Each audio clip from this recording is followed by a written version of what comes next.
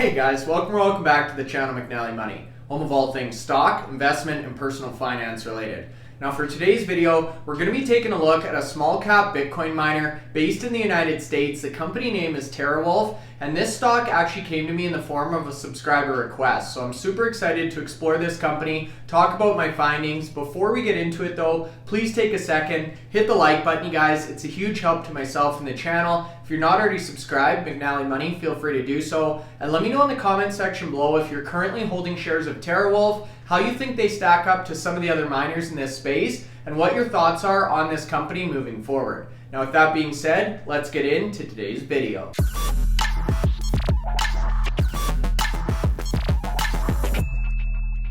Now what we have here, you guys, is a massive day for TeraWulf Incorporated. You can see they're up 14% in the normal session. This is as of Wednesday, November 30th, or 10 cents US per share to close out at 83 cents US. And in after hours, they're up an additional 2.4%. So there's a lot to talk about. This is a microcap Bitcoin company in the United States focused on mining activities in 2 different states. They've got a market cap in the neighborhood of about $100 million. It was actually sitting below $100 million when I looked at this company yesterday, but based on today's huge move, they're now sitting at 106. I really like this company for a number of reasons we're going to talk about in today's video. So with that being said, let's get into it. Okay guys, so that's right. Today's video, we're going to be taking a look at TeraWulf Incorporated. Again, a small scale Bitcoin mining organization based in the United States. And as you can see here, this is a landing page on their corporate website. I'll leave a link in the video description below. This is an infrastructure focused Bitcoin mining company accelerating the transition to zero carbon future. So you're going to see a major ESG theme throughout today's presentation. In today's video, we're going to talk about TeraWulf, their facilities, their hash rate, look at their investor presentation, and talk about some recent news, which actually is listed at the top of the page here in relation to some cost reduction initiatives that the team has implemented for the back half of this year. Now, if we continue to scroll down, you can see TeraWulf represents a new paradigm for Bitcoin mining, and they're focused on using zero carbon energy, which currently represents about 91% of the power or energy that supports their fleet of miners. Now, this approach to sustainability is really something that is a common theme at this organization. ESG is at the core of TeraWulf's corporate structure and ties directly to its business success, risk mitigation, and reputational value. We've just seen some new legislation come out in the state of New York talking about a moratorium on proof of work mining activity or Bitcoin mining activity. So the fact that TeraWulf is ahead of the curve here and really focused on this zero carbon footprint or zero carbon energy sourcing really does separate them from the rest of the pack. And that's why I'm so excited to talk about this organization in today's presentation. Not to mention, this was actually a subscriber request. So I love to go out and talk about new companies or put new organizations on your radar that actually originated from my subscriber base. Now, if we continue to scroll down, you can see that their facilities are located in New York, so super relevant to that new legislation I just referenced, and Pennsylvania. So we're going to look at both of these locations a little bit later in the investor presentation. And the TeraWulf leadership team, although this company is a fraction of the size of some of the others we cover on the channel, like Hut 8, Riot, Marathon, for example, the team has over 30 years of experience in developing and managing energy infrastructure and disruptive technology businesses. So this is definitely one to keep an eye on if you're looking for a micro cap with a ton of growth potential in the Bitcoin mining industry. Now, TeraWulf actually just put out their Q3 results about 2 weeks ago, so we're going to talk about that in today's presentation as well. But before we do, I wanted to double click on the actual facilities so you can see the 2 we just referenced, Lake Mariner Data Facility, which is located in New York, and the Nautilus Crypto Mine, which is based in the state of Pennsylvania. So you'll see both of these are extremely productive in terms of their carbon emission footprint. So in New York, you've got 91% plus zero carbon, as opposed to the Nautilus compound, which has 100% zero carbon energy. They're targeting 110 megawatts online and operational by Q1 of 2023 at the Lake Mariner data location, with 500 plus available megawatts of hydro and solar power electricity available at this location. Now, in terms of the Nautilus crypto mine, they've got 50 megawatts online or scheduled by Q1 of 2023, and in excess of 100 megawatts of nuclear power available to this location or to this facility. So between the two, they're expecting to have about 160 megawatts online and operational by Q1 of next year. They've got the option to expand that further by 130 megawatts throughout 2023. So we're going to look at their expected hash rate growth over the next couple of quarters. And as I mentioned a couple of seconds ago, this is a huge growth prospect in the Bitcoin mining field. We mentioned the fact that their operations are in excess of 91% zero carbon power supply as of today. And the goal is to achieve 100% zero carbon power moving forward. And between these two locations, TeraWulf has actually locked in an average of 3.5 cents per kilowatt hour in terms of their average power cost, which is extremely competitive compared to some of the other miners we've talked about on the channel, which are in the 4 to 4.5 cent range. And as we've talked about in numerous different videos, power is the main cost associated with mining Bitcoin because of that proof of work concept. It's super power or energy intensive, and that's why the industry as a whole has come under a lot of scrutiny for the actual amount of power that it draws from the grid. Now, as we've seen in some of the recent Q&A sessions, a lot of the Bitcoin mining companies are actually looking at their operations as a way to complement the power grid and really absorb excess power when available and put back into the grid when needed. So we are starting to see a shift there, but as we've seen in the state of New York, the jury is still out, so to speak, in many jurisdictions, and a lot of political leaders aren't sure which stance to take in terms of power consumption and this energy intensive industry. So with that being said, here's a look at the Lake Mariner data facility in the state of New York. It's located in Barker, New York. It's 100% owned by TeraWulf under a long-term lease contract. Again, they've got the opportunity to scale this to 500 megawatts in terms of the overall site potential, with the main source of power at this location coming from hydroelectricity. Now, they've got 60 megawatts currently operational, 50 megawatts which are under construction to get them to that goal of 110 megawatts by Q1 of 2023, and an additional 80 megawatt expansion potential during the year 2023. So a lot of growth at this location, which is going to directly correspond or translate into increasing hash rate, as we'll see in a couple of slides. Now, in terms of the actual mining units at this location, they've got 12,000 Bitmain S19 XPs and about 5,000 Bitmain S19J Pros. So in total, about 17,000 miners at this location, again, which they expect to grow exponentially over the next couple of quarters. Now, the Nautilus crypto mine is the one located in Pennsylvania. You can see Berwick, Pennsylvania. The ownership structure here is a little bit different. So this is a 25% joint venture with Talon, which we're going to look at in a couple of seconds here. Again, a long-term lease structure at this location with 50 megawatts targeted to be online by Q1 of 2023 and an additional 50 megawatt optional expansion throughout the back half of that year. So this is a newer facility which is still under construction, as you can see in the images on the left. Now, the power source here is nuclear, which is what gives it that 100% zero carbon designation. And you can see construction is anticipated to be online by Q1 of 2023, which is a near-term catalyst for TeraWulf in the next couple of quarters. Now, the miners that are planned for this facility include 5,300 S19 XPs, 5,200 S19J Pros, which we saw at the New York location as well, and the addition of 4,500 Minerva MV7s. So in total here, you guys, you're looking at about 15,000 units at this location. And again, a ton of expansion potential, as you can see with the size of this facility. Now, this slide here does a good job of comparing some of the numbers at these various different locations. So you can see Lake Mariner listed here and Nautilus on the bottom. Now, as of Q3 of 2022, we're going to look at the full presentation in a second. Self-mining capacity sat at 0.9 exahash with an additional 3.3 exahash of miners procured for delivery through February 2023, so Q1 of next year, which we just talked about. And this implies open capacity of about 2.4 exahash, of which about 0.6 or a quarter of their overall exahash is currently being utilized for short-term hosting arrangements. And you can actually see that here under the short-term hosting category. Now, as a reminder, HUD-8 is currently sitting right around 3 exahash per second. So as of Q1 of next year, TeraWulf is essentially going to be in line with the overall hash rate of HUD-8 mining. But keep in mind, you guys, TeraWulf has a market cap sub $100 million, whereas HUD-8 is sitting just north of $215 million. Now, one of the other main differences we're going to talk about in a second here is the amount of Bitcoin held on these companies' balance sheets, or the reserve of Bitcoin. Again, TeraWulf represents just a fraction of HUD-8 or Bitfarms at this point in time. So this company, you really are banking on the future growth prospects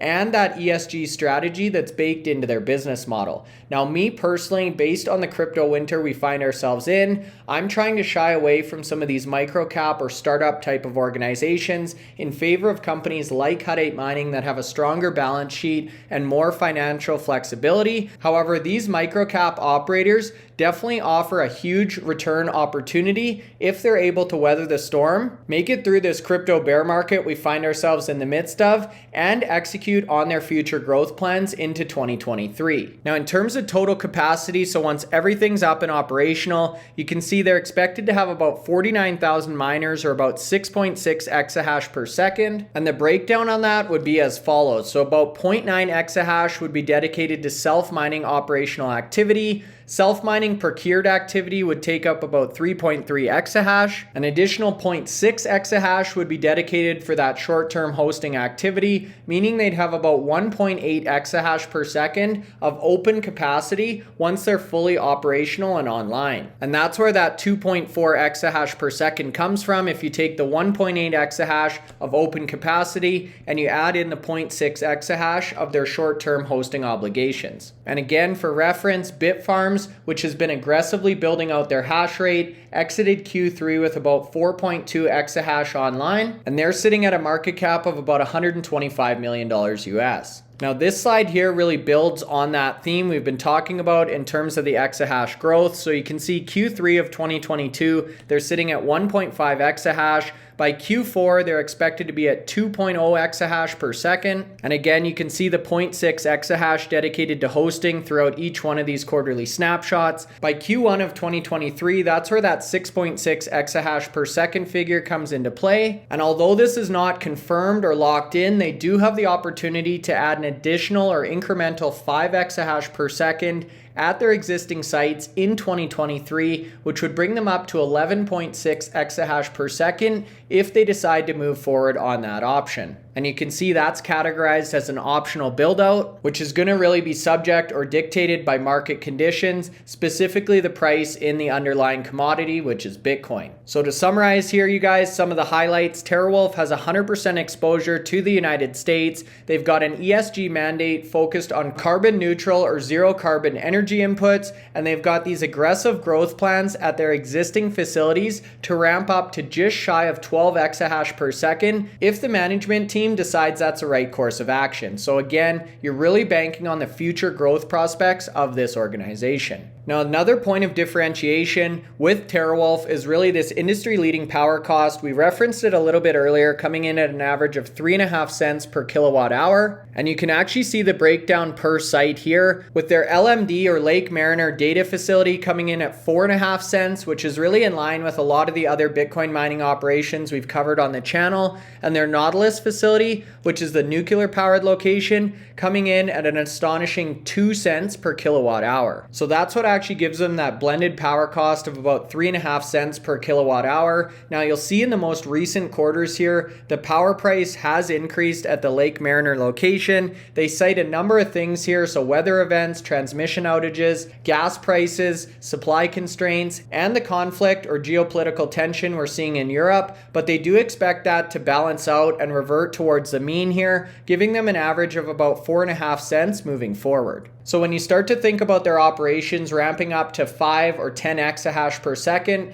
power and input costs are going to be critical in this organization moving forward. And it's nice to see they've secured such lower competitive rates at both of these locations. Now, with that being said, now that we've got an understanding of what TeraWulf's all about, their corporate mandate, and their various different locations, I wanted to jump into the Q3 results. Again, these came out about 2 weeks ago, and talk about some of the key highlights. So you can see they significantly ramped their operations in terms of their self-mined Bitcoin production in October, exceeding the amount amount of self-mined Bitcoin for the entire 3-month period, or Q3, ending September 30th. So that's one thing to keep in mind, and you can see they specifically call out October results in the chart here. So in Q3 as a whole, they mined about 117 Bitcoin. That works out to $2.4 million in revenue. The revenue per Bitcoin averaged out at $20,657 US, with the power cost per Bitcoin coming in just slightly above that at $20,732. Now, if you fast forward to October, again, we're seeing some of those energy costs come down. They mined 119 Bitcoin, so 2 more Bitcoin in the month of October alone than the entire previous 3 months. That worked out to $2.3 million of revenue. So we've seen the Bitcoin price drop month over month. That's why you see that slight $100,000 reduction between the 2.4 to the 2.3. The revenue per Bitcoin again dropped, coming in at $19.6 thousand US. But the big one here was the power cost per Bitcoin that essentially cut itself in half, down to $10,290. Now, with that being said, during Q3, their average operating hash rate increased 258% quarter over quarter to about 583 petahash per second. They had an average of about 2,800 self-miners online and operational, which was up from about 710 miners online on average per day in Q2. So those are some of the big jumps we saw from Q2 to Q3. And they then provide an update on that joint venture agreement with Talon at their Nautilus crypto mine facility. So as a reminder, this is a 25% stake or joint venture from Wulf. And during the quarter, they actually right-sized their ownership in this joint venture to align the miners and the infrastructure capital cost with that 25-75 split. So this is great because they've got the ability to expand this location. They've de-risked this investment because it's a joint venture. And again, they've locked in those extremely low nuclear power costs of about 2 cents per kilowatt hour. Now they then go on to talk about some additional mining updates. So about 12,500 Bitmain miners that they secured or procured during the quarter. And in terms of their balance sheet or their cash management strategy, they raised $17 million of incremental debt and equity during the quarter, and they initiated or launched that cost reduction initiative, which we saw on their corporate landing page, to really pull down their SG&A, or selling, general, and administrative expenses, moving into the back half of this year. So I think that's extremely important to see that that's on management radar, especially considering the fact that we're not sure how long this crypto winter or this bear market is going to last in the price of Bitcoin, and companies need to stay 100% focused on their financial health and flexibility during these times. Now, I wanted to end today's presentation with this article here, which actually came out November 28th, so very recently here. It talks about an operational update and this cost reduction initiative that I just mentioned. So the important thing to note here, you guys, is they've announced a cost reduction plan or target of 25% plus in run rate savings over the next 12 months. So that's really going to provide the company better resiliency and a faster path to profitability, which again is crucially important. They talk about this joint venture agreement and some of the hash rate production that we talked about a little bit earlier. And the other thing I wanted to call out specifically is this New York crypto moratorium, which I mentioned in the intro, is not going to impact their Lake Mariner facility. So although Lake Mariner is located in the state of New York, this bill will not impact operations at TeraWulf's Lake Mariner facility, as the facility does not source energy directly from a fossil fuel power plant, but rather that 91% sustainable zero carbon energy that we talked about from the grid. So this again is a key differentiator and a way that TeraWulf is really able to avoid some of these moratoriums or restrictions that may or may not have an impact on other mining operators in the state of New York. So with that being said, you guys, this is definitely one to keep an eye on. Again, a micro cap player in the crypto mining space came to me in the form of a subscriber request. This was not one that's on my radar or a company that I personally hold, but definitely some future growth prospects and catalysts that you want to keep your eyes on. Now, with that being said, if you're still watching the video at this point, hopefully you found some value. So make sure you hit the like button. If you're not already subscribed, McNallie Money, feel free to do so. We just crossed the 15,000 subscriber milestone, which is absolutely fantastic. And the other thing I'd be curious to hear is your thoughts on TeraWulf. If you're currently holding shares, what you think about their business model and how you think they stack up to some of the other players in this space. That's all for now. Thanks so much for watching and have a great rest of your day.